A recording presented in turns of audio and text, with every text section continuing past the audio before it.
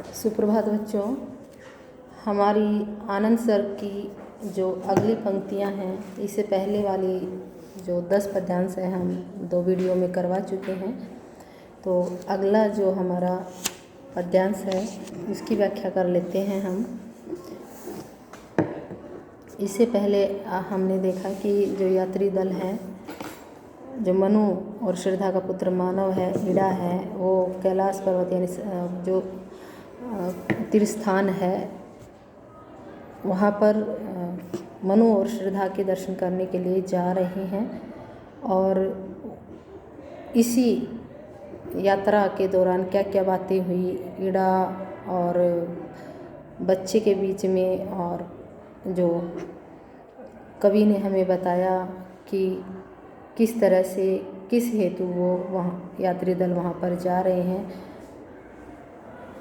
और कथा भी बताई कि जो मनु और श्रद्धा हैं जिनके दर्शन हेतु वो जा रहे हैं, किस तरह से वो कैलाश पर्वत पर आए थे और किस तरह से उनकी जो जगती ज्वाला यानी उनकी जो भौतिक दैहिक दैविक 3 प्रकार की जो ज्वालाएं थी वो शांत हुई थी।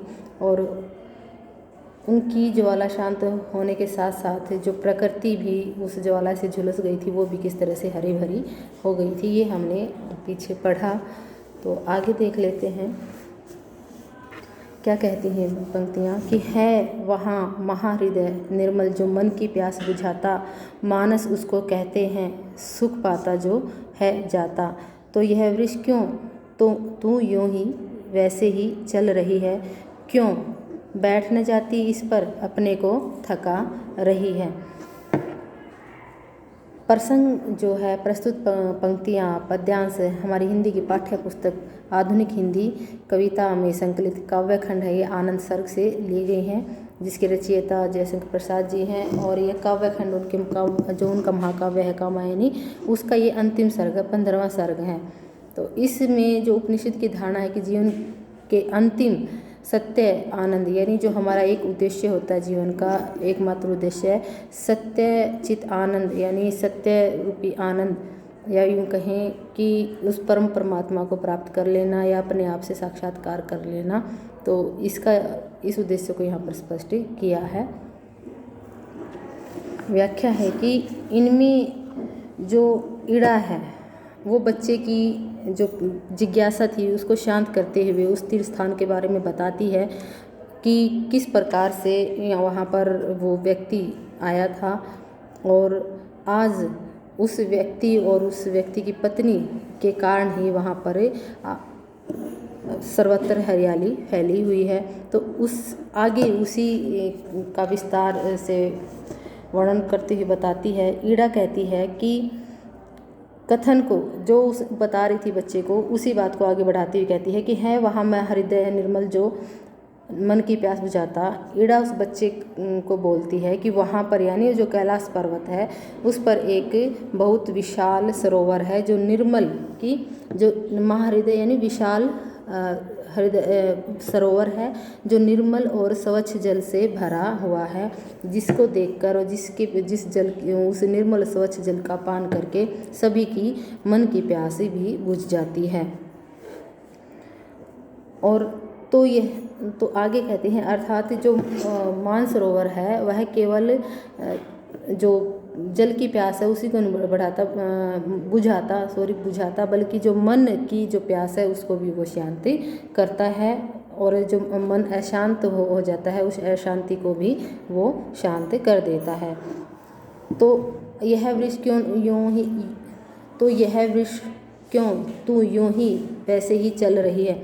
तो आगे जब ईड़ा से वह तीर्थ स्थान के बारे में जान लेता है तो फिर से वह बालक उससे पूछता है कि तुम जो ये बैल चल रहा है तुम्हारे साथ साथ, कि तुम इस वृषभ को क्यों अपने साथ यूं ही व्यर्थ में लिए जा रही हो। प्रश्न करता है उससे तुम इस पर बैठ क्यों नहीं जाती, क्यों बैठ न जाती इस पर अपने को थका रही हो, कि तुम इस बैल पर बैठ क्यों नहीं जाती हो, क्यों तुम अपने पैदल चलकर अपने आप को थका रही हो। तो फिर उसके मन में ये प्रश्न जाग जाता है और वो ईड़ा से पूछ लेता है। इन पंक्तियों में हम देखते हैं कि जो पर्वतीय तलहटी में जो मानसरोवर है उसकी सुंदरता का और उसके जो जल की जो शक्ति है, जो सभी के मन की और जल से जो प्यास लगती है उस शीतल जल को पीकर सबकी प्यास बुझ जाती है, ये बताया गया है। और कहा है कि जो भी उस मानसरोवर के पास जाता है उसे क्या है, सुख की अनुभूति हो जाती है। विशेष देख लेते हैं, इसमें बाल मनोविज्ञान का चित्रण हुआ है। भाषा विषय सरल प्रभावमय है। तत्सम शब्दावली जैसे वहाँ हृदय निर्मल है, वृष है, तो ये तत्सम शब्द हैं। पर्सन अलंकार का प्रयोग हुआ है। पर्सन क्या है, संवाद शैली। ईड़ा और में बच्चे में संवाद हो रहा तो संवाद शैली है। प्रसाद और माधुर्य गुण तो पूरी कविता में है ही। कवि ने स्वयं द्वारा निर्मित 28 मात्रा वाले समछंद का प्रयोग किया है, यानी 28 मात्राएं हैं इनकी हर एक, ये जो हम पंक्तियाँ पढ़ रहे हैं। सारस्वत नगर निवासी हम आए यात्रा करने, यह व्यर्थ रिक्त जीवन घट पीयूष सलिल से भरने, इस वृषभ धर्म प्रतिनिधि को उत्सर्ग करेंगे जाकर, चिर मुक्त रहे यह निर्भय स्वच्छंद सदा सुखी पाकर। आगे जब ईड़ा की बात सुनती है तो इन पंक्तियों में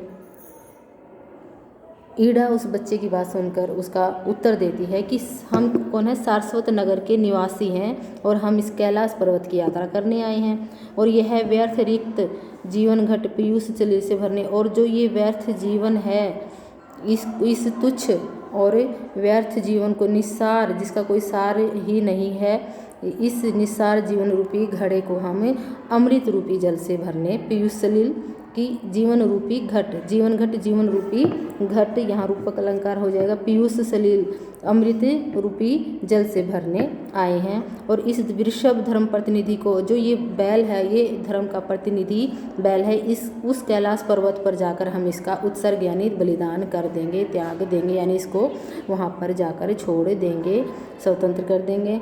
चिर मुक्त रहे यह निर्भय स्वच्छंद सदा सुपाकर, ताकि यह वहाँ यह सदा के लिए सभी बंधनों से मुक्त हो जाए और निर्भय होकर और सदा सुख पाता हुआ स्वच्छंद ये वहाँ पर विचरण करता रहे। इसलिए हम वहाँ जाकर इसका उत्सर्ग बलिदान कर देंगे। अगर विशेष देखते हैं इसमें हम, तो इसमें कवि ने क्या कहा है कि जो धर्म होता है वह संप्रदाय के लिए तभी तक मनुष्य के लिए कल्याणकारी, समाज के लिए कल्याणकारी होता है जब तक वह सीमाओं में बंधा होता है। जब वह सीमाएं तोड़ देता है तो वह धर्म नहीं रहता, बल्कि वह स्वयं मानव के विकास में बाधा पहुंचाता है। इसलिए सीमाओं में बंधा हुआ धर्म ही महत्व रखता है। और इन पंक्तियों से विश्व बंधुत्व की और भी इशारा किया गया है। भाषा विषय सरल है। तत्सम तद्भव शब्दावली जैसे यहाँ पर हम देखते हैं, व्यर्थ रिक्त पीयूष सलील वृषभ प्रतिनिधि उत्सर्ग मुक्त निर्भय स्वच्छंद, ये सारे क्या हैं, चिर, ये सारे तत्सम शब्द हैं। तो तत्सम शब्दावली का प्रयोग हुआ है और बाकी जो शब्द हैं वो तद्भव शब्द हैं। प्रसाद व माधुर्य गुण का तो प्रयोग हुआ ही है। अनुप्रास अलंकार है, यहाँ पर रूपक अलंकार है, जैसे जीवन घट जीवन रूपी घट पीयूष सलिल अमृत रूपी जल, और धर्म का प्रतिनिधि तो ये है ही बैल। तो और समाज शैली का प्रयोग हुआ है, 28 मात्रा वाले समछंद का प्रयोग हुआ है। सब संभल गए थे आगे थी कुछ नीचे उतराई, जिस समतल घाटी में वह भी हरियाली से छाई, श्रम ताप और पथ पीड़ा क्षण भर में थे अंतर्हित, श्रम ताप और पथ पीड़ा क्षण भर में थे अंतर्हित, सामने विराट धवल नग अपनी महिमा सेविल से अंतर्निहित होता है छिपी हुई, यानी विलीन हो जाना। कि आगे कहते हैं, कवि कहता है कि जितने यात्री दल थे, जो यात्री दल था यानी जितने भी प्राणी थे वो अब क्या है, सावधान हो गए थे, सतर्क हो गए थे। क्यों? क्योंकि ढलान थी आगे, और हम देखते हैं जब हम ढलान से उतरते हैं तो हमारी जो गति है वो अनायास ही अपने आप ही वो तेज़ हो जाती है। इसलिए हमें क्या, थोड़ा सा संभल कर चलना होता है, नीचे उतरना होता है। तो हमारा शरीर क्या है, वो गुरुत्वाकर्षण है, तो उधर से पृथ्वी का जो तल है वो हमसे ढलान में होता जाता है, तो जिस कारण से हमारी गति तेज़ होती जाती है। इसलिए सभी जो प्राणी थे वो सतर्क हो गए थे, क्योंकि आगे ढलान था। और जिस घाटी में कि जिस समतल घाटी में वह भी हरियाली से कि जिस समतल घाटी में वो उतर रहे थे, वह समतल घाटी भी हरियाली से युक्त थी। वहाँ पर हरियाली ही हरियाली छाई हुई थी। श्रम, ताप और पथ पीड़ा क्षण भर में अंतर्हित कि जैसे ही वो प्राणी घाटी में पहुँचे तो सबकी जो थकान, उनकी जो थकान थी, वे जो पीड़ा थी और मार्ग में जो कष्ट हुए उसके कारण जो पीड़ा हुई और वो जो कष्ट थे वो सारे के सारे घाटी में पहुँचते ही क्या हो गए, खत्म हो गए, विलीन हो गए।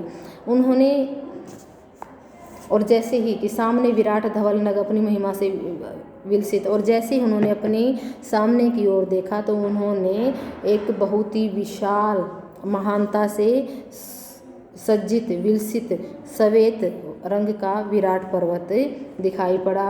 अर्थात क्या है, यहाँ पर जो विराट पर्वत है वो कौन सा पर्वत है? कैलाश पर्वत है। और कैलाश पर्वत क्या है, अपने गौरव से ही सुशोभित हो रहा था।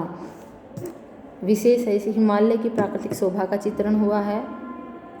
तत्व शब्दावली जैसे समहल है, जैसे और श्रम है, पथ है, धवल नग है, महिमा है, विराट है, अंतर्हित है, ये सारे क्या हैं? तत्सम शब्दावली। बाकी तद्भव शब्दावली है। प्रसाद गुण और माधुर्य गुण है। अनुप्रास अलंकार है यहाँ पर।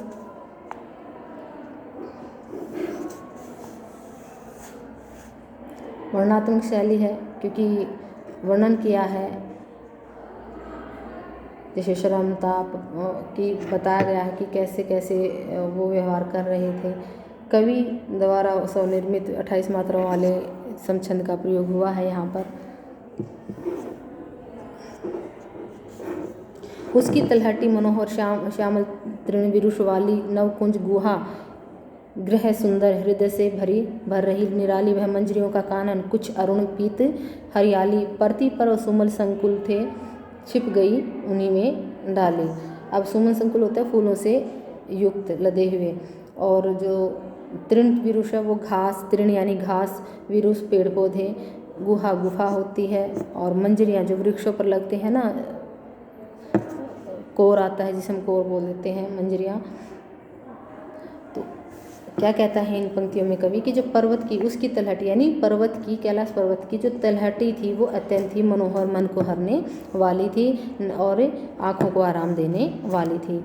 और क्योंकि वह हरे भरे पेड़ पौधों और लताओं से युक्त थी।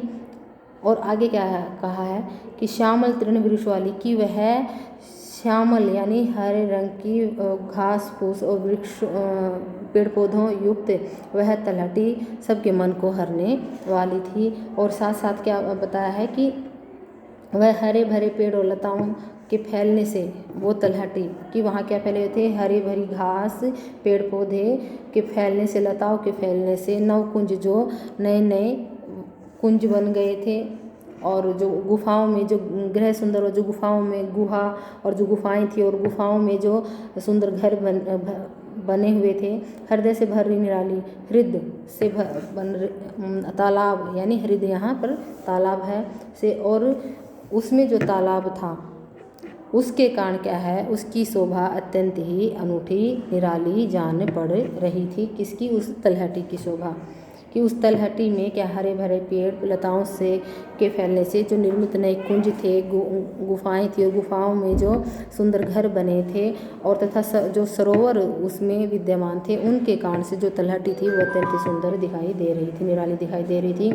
और इस वन में वृक्षों की नवीन कोपल पर मंजरी, और वह मंजरियों का कानन कुछ अरुण पीत हरियाली, और जो मंजरियों का कानन कुछ अरुण पीत हरियाली, और जो वन के वृक्ष थे उनकी कोपलों पर, सुंदर कोपलों पर जो मंजरियाँ आई हुई थी वह लाल और पीले रंग की लाल और पीले रंग की दिखाई दे रही थी। इस तरह से पूरा वन लालिमा और पीला और हरियाली युक्त था, कि कहीं लाल थी कहीं पीली थी, पीली शोभा नजर आ रही थी। कि वन में वृक्षों की जो कोपलें थी उन पर मंजरियाँ लदी हुई थी, और वन का जो भाग था, जिसके कारण से जो वन का भाग था कुछ पीला कुछ लाल और हरा नज़र आ रहा था। और प्रतिपर्व सुमन संकुल थे कि प्रत्येक प्रतिपर्व यानी प्रत्येक खंड जो भी भाग था, हर एक भाग क्या है वो फूलों से भरा हुआ था और छिप गई उन्हीं में डाली थी कि अत्यधिक फूल लगे होने के कारण जो डालियाँ थी वो दिखाई दे नहीं रही थी, दिखाई नहीं दे रही थी। तो डालियाँ क्या फूलों के बीच में ही छिप गई थी। तो इस तरह से हम देखते हैं, विशेष देखते हैं। तो जो प्रकृति का सुंदर रूप का वर्णन किया गया है, यहाँ पर संश्लिष्ट रूप का वर्णन किया है। भाषा वैसे सरल है। तत्सम शब्दावली है, जैसे मनोहर श्यामल तृण विरुष कुंज है, ग्रह है सुंदर हृदय, कानन अरुण पीत, प्रतिपर्व सुमन संकुल, ये सारे क्या है तत्सम शब्दावली है। प्रसाद माधुर्य गुण का प्रयोग हुआ ही है। अनुप्रास अलंकार है, यहाँ पर जैसे गुहा ग्रह में अनुप्रास अलंकार आ गया है, कानन कुछ में अनुप्रास अलंकार आ गया है, सुमन संकुल में अनुप्रास अलंकार आ गया है। वर्णात्मक शैली है, क्योंकि देखो कुंज है, गुहा ग्रह सुंदर